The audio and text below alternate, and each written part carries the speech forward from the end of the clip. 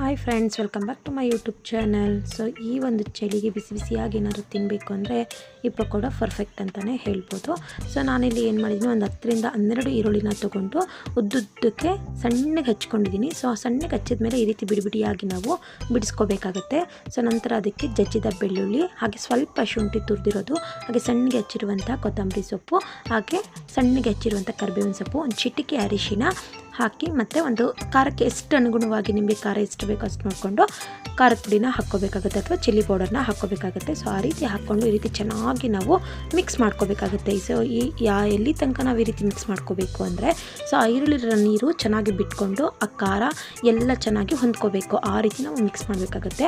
ಆನಂತರ ನಾವು 1 ಕಪ್ಪು ಅಕ್ಕಿ ಹಿಟ್ಟು, ಹಾಗೆ ಅದೇ ಕಪ್ಪಿನ ಅಳತೆಯಲ್ಲಿ 3ರಿಂದ 4 ಕಪ್ಪು ಕಡಲೆ ಹಿಟ್ಟು, ಹಾಗೆ ಒಂದು ಅರ್ಧ ಕಪ್ಪು ನಾವು ಸಣ್ಣ ರವೆ ಹಾಗೆ ಅಜ್ವೈನ ಹಾಕಿ ಚೆನ್ನಾಗಿ ಮಿಕ್ಸ್ ಮಾಡ್ಕೋಬೇಕಾಗುತ್ತೆ. ಒಂದಕ್ಕೊಂದು ಆ ಹಿಟ್ಟೆಲ್ಲನೂ ಚೆನ್ನಾಗಿ ಬೆರೆತ್ಕೋಬೇಕು. ಆ ರೀತಿ ಬೆರೆತ್ಕೊಂಡು ಆದಮೇಲೆ ನಾವೇನು ಮಾಡಬೇಕು ಅಂದರೆ, ನಿಮಗೆ ನೀರಿನ ಅವಶ್ಯಕತೆ ಇದ್ದಾಗ ಮಾತ್ರ ಸ್ವಲ್ಪ ನೀರನ್ನ ಹಾಕ್ಕೊಂಡು ಚೆನ್ನಾಗಿ ಮಿಕ್ಸ್ ಮಾಡ್ಕೋಬೇಕಾಗುತ್ತೆ.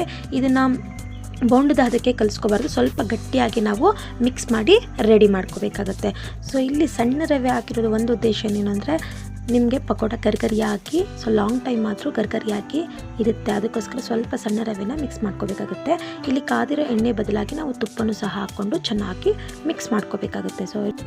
ಸೊ ನೆಕ್ಸ್ಟ್ ಪ್ರೋಸೆಸ್ಸು, ಎಣ್ಣೆನ ಕಾಯಲಿಕ್ಕೆ ಇಟ್ಕೊಂಡು ಪಕೋಡ ಕರಿಲಿಕ್ಕೆ ಯಾವಾಗಲೂ ಸಹ ಎಣ್ಣೆ ಚೆನ್ನಾಗಿ ಕಾದಿರಬೇಕು. ಈಗ ಅರ್ಧಂಬರ್ಧ ಕಾದಿದೆ, ಅಥವಾ ಸ್ವಲ್ಪ ಬಿಸಿ ಇದ್ದಾಗ ಹಾಕಿದಾಗ ಏನಾಗುತ್ತೆ ಅಂದರೆ ತಳ ಹೊತ್ತುವಂಥ ಒಂದು ಚಾನ್ಸಸ್ ಇರುತ್ತೆ. ಅದಕ್ಕೋಸ್ಕರ ಎಣ್ಣೆ ಚೆನ್ನಾಗಿ ಕಾದ ನಂತರ ನಾವು ಈ ರೀತಿ ಬಿಡಿಬಿಡಿಯಾಗಿ ಪಕೋಡನ ಬಿಡಬೇಕಾಗುತ್ತೆ. ಸೊ ಆ ಬಬಲ್ಸ್ ಎಲ್ಲ ಹೋಗಬೇಕು, ಅಲ್ಲಿ ತನಕ ನಾವು ಬಿಟ್ಬಿಟ್ಟು ಸೊ ಎರಡೂ ಕಡೆ ಚೆನ್ನಾಗಿ ಬೀಸ್ಕೊಂಡ್ರೆ ಬಿಸಿ ಬಿಸಿ ಪಕೋಡ ತಿನ್ನೋದಕ್ಕೆ ತುಂಬಾ ಚೆನ್ನಾಗಿರುತ್ತೆ. ಈ ಒಂದು ಥಂಡಿ ವೆದರಲ್ಲಿ, ಈ ಮಳೆ ಬರಬೇಕಾದ್ರೆ ಅಥವಾ ಚಳಿಗಾಲದಲ್ಲಿ ತಿನ್ನಲಿಕ್ಕೆ ಪಕೋಡ ಪರ್ಫೆಕ್ಟ್ ಚಾಯ್ಸ್ ಅಂತಲೇ ಹೇಳ್ಬೋದು. ಸೊ ಈಗ ಇಲ್ಲಿ ನೀವು ನೋಡ್ಬೋದು, ಚೆನ್ನಾಗಿ ಬ್ರೌನಿಷ್ ಕಲರ್ ಬರೋ ತನಕ ಸಹ ನಾನಿಲ್ಲಿ ಫ್ರೈ ಮಾಡ್ಕೊಂಡಿದ್ದೀನಿ.